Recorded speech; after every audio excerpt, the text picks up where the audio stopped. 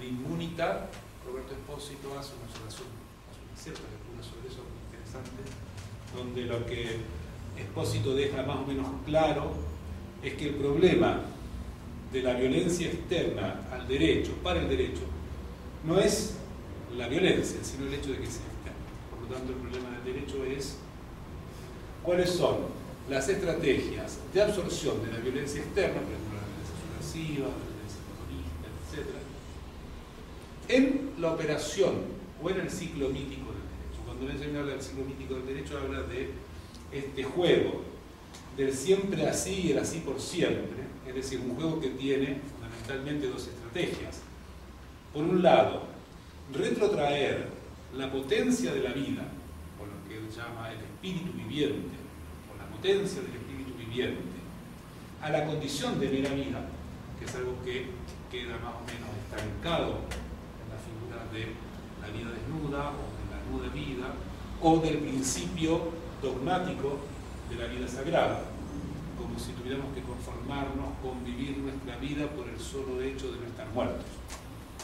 Por lo tanto, la carga jurídico-religiosa que tiene el principio de la vida sagrada es absoluta, porque en la vida sagrada es la reducción de la potencia de la vida, o la reducción de la potencia viviente, a la mera condición de defensa de la vida sagrada. Y la otra retracción que Benjamin está estableciendo, bueno, es por supuesto la del propio porvenir. Levin decía siempre que el porvenir está hecho del aumento de lo que permanece inaprensible. No en ningún sentido estoy sugiriendo que Benjamin esté pensando en esa idea de porvenir, sino que más bien lo que Benjamin está pensando es en que la posibilidad de esta inmanencia de lo viviente queda reducida al ciclo jurídico como un ciclo en el cual lo siempre así se convierte en una situación. Entonces esas son dos retracciones que el derecho tiene. Es decir, que el derecho, configurando a la vida como culpable, la retrotrae a la condición de mera vida desnuda y a la vez retrotrae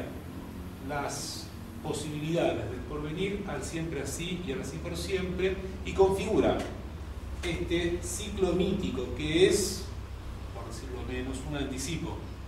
del despliegue posterior del tiempo homogéneo y vacío que realizan las tesis sobre filosofía de la historia. O sea que muchos de los problemas que Benjamin revisa en las tesis sobre filosofía de la historia ya están contenidas en su lectura de El demonio jurídico. Aunque por supuesto que esta operación del demonio jurídico y del ciclo mítico del derecho parece no poder reducir completamente una anterioridad que subyace a la forma de vida, o que subyace a la vida que es, por un lado, el espíritu viviente. Tiene miles de maneras de designar esta especie de potencia que subyace a la forma de vida. Por un lado es el espíritu viviente, pero en destino y carácter esa condición la tiene también el carácter, ¿no? O sea que lo que Benjamin dice es la condición infantil como condición primaria que le pasa a la historia por atrás, porque esa condición primaria le pasa a la historia por atrás, porque en realidad es una parte bestial de lo humano que no pertenece al ordenamiento ético del mundo. Eso que pasa por detrás y que tiene todo que ver con la cuestión de la infancia, por decirlo así desordenadamente, recuerden que después tomamos esa línea, es lo que está trabajando también como carácter. Benjamin piensa el carácter simplemente como una discontinuidad, o sea que el carácter no es algo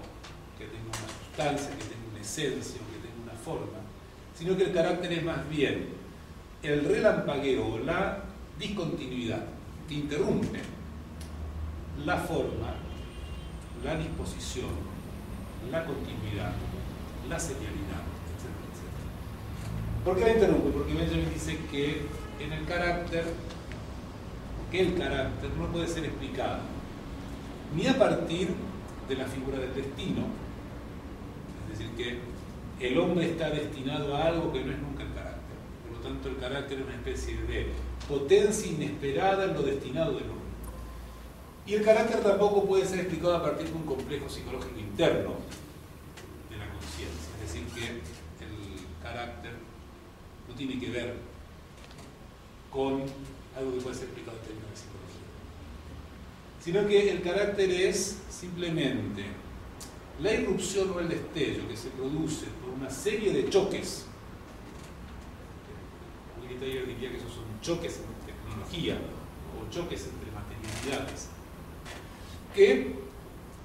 permiten que el carácter se eleve completamente despojado de culpa, de pecaminosidad,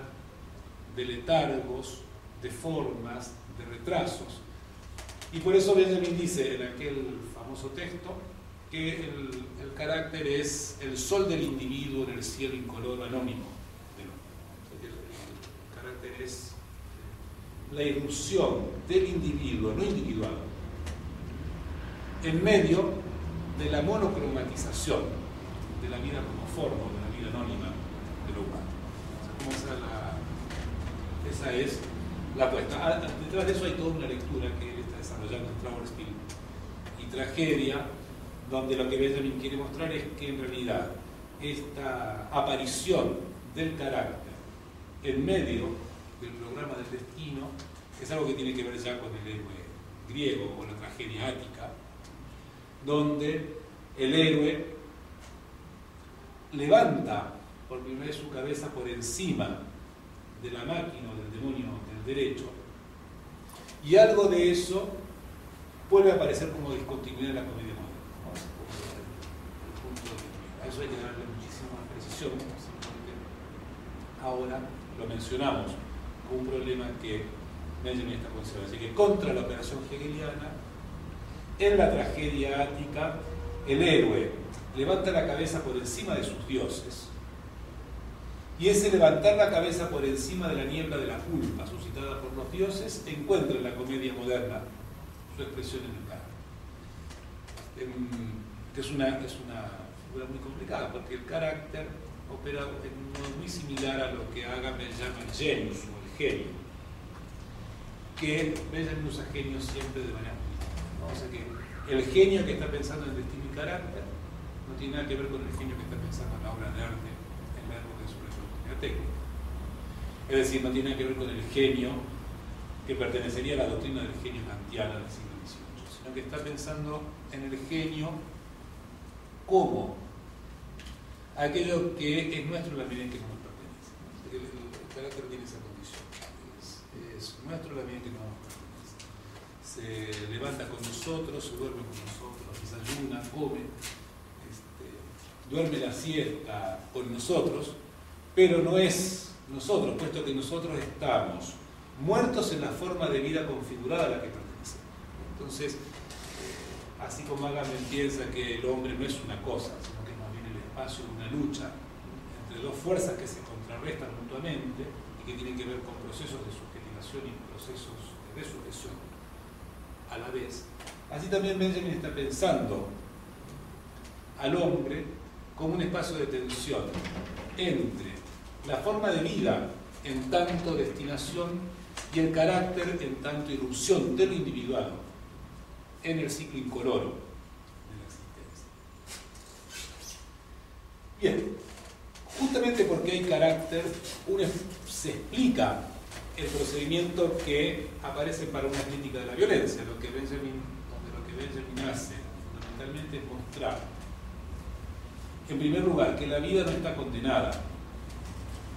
por culpa, sino que está condenada a la culpa, en el sentido completamente kafkiano, de que